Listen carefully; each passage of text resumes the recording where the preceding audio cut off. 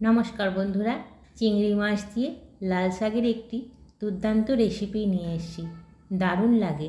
শাক তো আমরা নানাভাবে খাই, এটা একটু অন্যরকমভাবে তৈরি করেছি।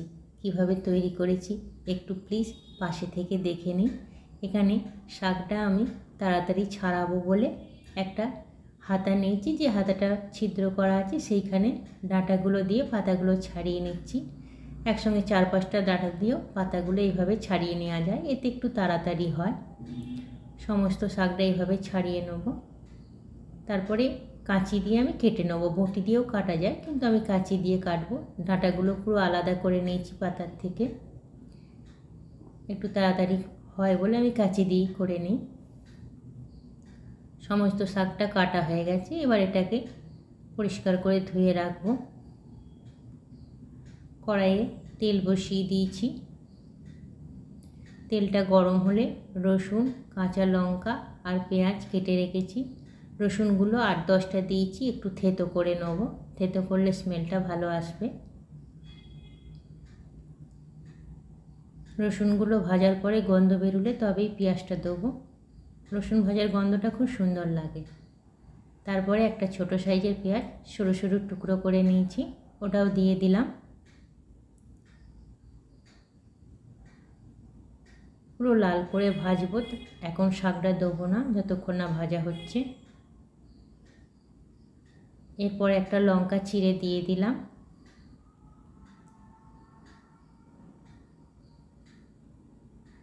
শাকটা যেটা ধুয়ে রেখেছিলাম সেটা এবার একটু একটু করে দিয়ে দেবো। পুরো ভাজা হয়ে গেছে।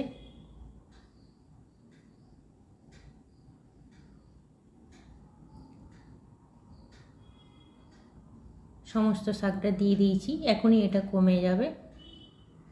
এখন লবণটা দেবো না, আগে কমে আসুক তারপরে লবণটা দেবো, নইলে অনেক সময় ঠিক বোঝা যায় না, বেশি হয়ে যায়।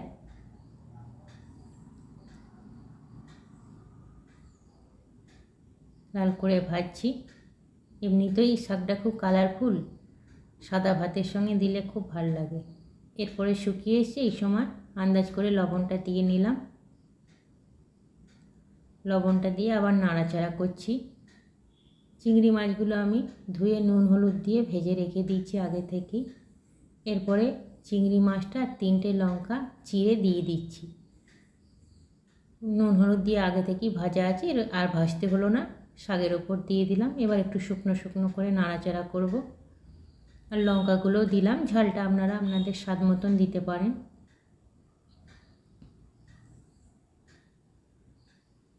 চিংড়ি মাছ আর রসুন আর পেঁয়াজের গন্ধটা খুব সুন্দর লাগে এইভাবে করলে। পুরো শুকিয়ে শুকিয়ে এসছে, রসটা পুরো মরে গেছে। এবার এটাকে প্লেটিং করব। খুব সুন্দর এটা খেতে হয়, বিশেষ কিছু লাগে না। এই একটু শাক থাকলেই অনেকটা ভাত খাওয়া হয়ে যায়। খুব সিম্পল, অথচ খুব দুর্দান্ত খেতে লাগে। প্লিজ যদি ভাল লাগে আমার পাশে থাকবেন বন্ধুরা। নমস্কার।